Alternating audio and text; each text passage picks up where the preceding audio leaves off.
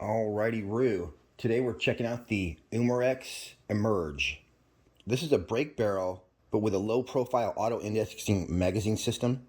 So you load it once and shoot it 12 times. It's also a package that was designed with value in mind. So they're going to give you a scope with it, scope rings, for way under $200. You'll be ready to shoot straight out of the package. All you have to add is 22 caliber pellets. It comes in 22 caliber or 177, and what I am actually looking forward to is that it shoots 1,000 feet per second in 177 and 825 feet per second in 22. So I'm hoping that this is a little bit of a smoother shooter. It's not like insanely overpowered like a lot of these spring guns are. As well, having a mag-fed break barrel is pretty awesome.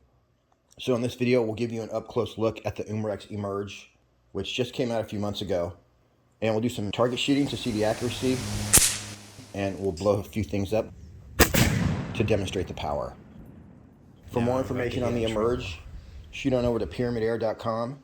There will be a link in the description of this video. There will always be a link in the description to the item that we're reviewing. Alright, says this package was designed for accuracy and ease of use. It uses a turbo nitrogen technology gas piston, which that means it has advantages over a standard spring piston power plant, including you're going to have consistent velocities across a range of temperatures. So if it's snowing or the middle of summer, it's going to shoot the same. It says it's quiet and smooth operation and less recoil. A nitrogen piston is also not subject to spring failure, so it lasts longer and can be left cocked for longer periods without risking damage. So I don't think that means that you would want to store your rifle cocked, but definitely walking around while you're hunting with your rifle on safety would be no problem. All right, part of the accuracy is due to the fiber optic front sight and rear sight. So you have open sights, and as well you get a fixed 4-power by 32 millimeter scope with scope rings, and that's going to fit on your Picatinny optics rail. So apparently it holds 12 shots in 177 and 22. So all you have to do is cock it, loads the next pellet automatically. It says it basically has an integrated silencer, so it's going to be quiet shots, and that the lightweight polymer stock makes it easy to carry. 2-stage adjustable trigger. Nice. It says it has a predictable break. Texturing on the pistol grip and forearm results in added control. It says this is a reliable break barrel. And the only thing I didn't mention in the stats right here, it's got a rubber recoil pad. 47 inches overall length. Automatic safety, I like that. It's going to be 3 on the loudness scale. 21-inch barrel. Rifled, of course. And that's it. Shrouded barrel. Very nice. Alright, let's shoot this thing. So the Emerge that I received did not have an automatic safety. Just something to make a note of. Here's a trigger pull test. Came in at a very special 6.8 ounces. It's got a nice 2-stage trigger. The Emerge is definitely a smoother shooter than those overpowered break barrels. So while you get a little bit of recoil, it's not bad. The Emerge is definitely fun to shoot. Springers can be fun because it's really closer to shooting an actual firearm than a PCP with no recoil would be. So shooting a Springer is good practice for shooting in general, I think. Damn it. I let doubt creep in and just freaking pulled it. Now here's some different pellet speeds, ranging from the 13.43 all the way up to the 18.1 grain. 738 with our 13s. There's our 800 feet per second. All right, so without cocking the gun, I can pull that magazine out. Just go like that. Pull it right out.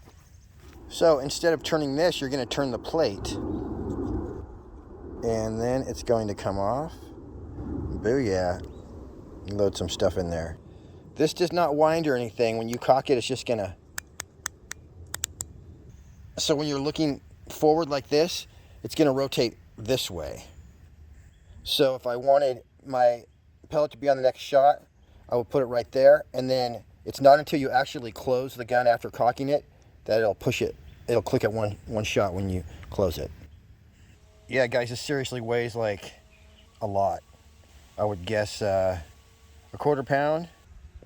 So whatever this is on the other side of like where you load the magazine, that is also metal.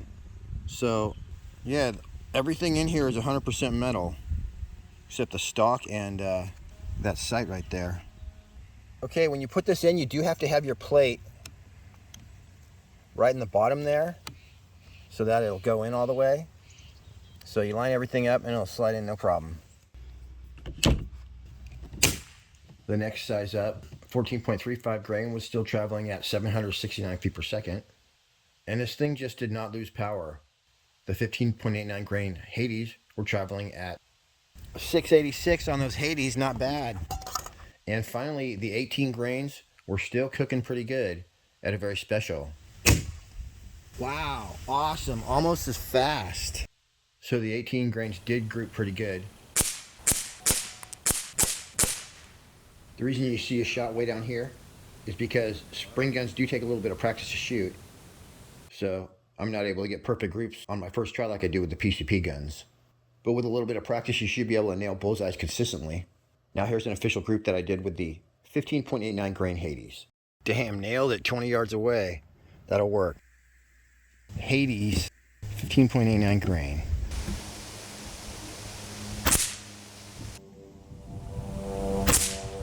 Damn it. I let doubt creep in. I just freaking pulled it.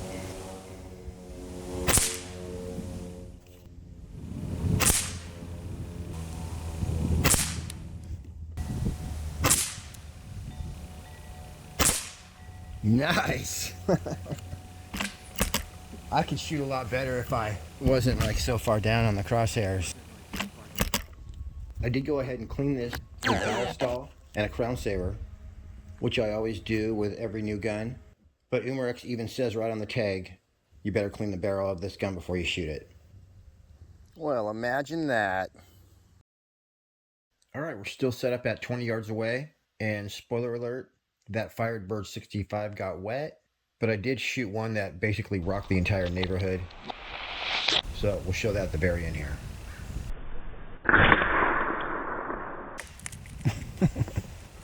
That was supposed to be a little more exciting, but there you go. There we go. You guys catch that?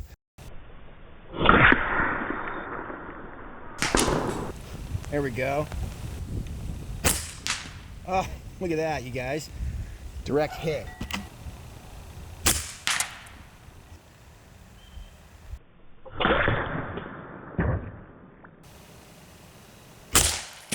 Damn it. I got good news and bad news. The good news is we hit our mark straight on.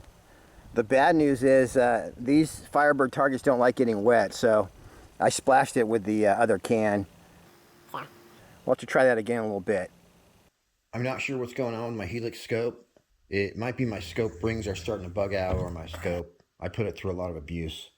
Anyway, I couldn't get my crosshairs pointed in the right direction, and it has happened on a few guns, even a $2,400 one the other day, so I'm pretty sure it's the scope. Anyway, I ended up tuning into line number 36 right there, and it was a one-shot sight-in when I took a shot at this Firebird 65 target, and I wasn't expecting to hit it. It was so freaking loud. First we'll shoot this one that's broken. Probably won't go off.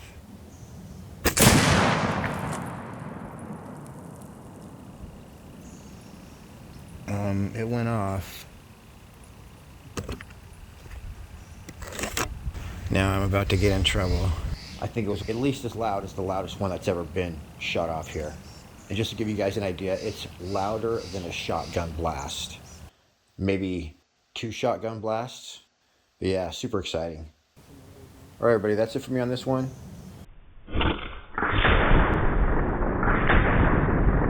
I appreciate you tuning in. Till next week. Happy shooting. We'll see you on the next one.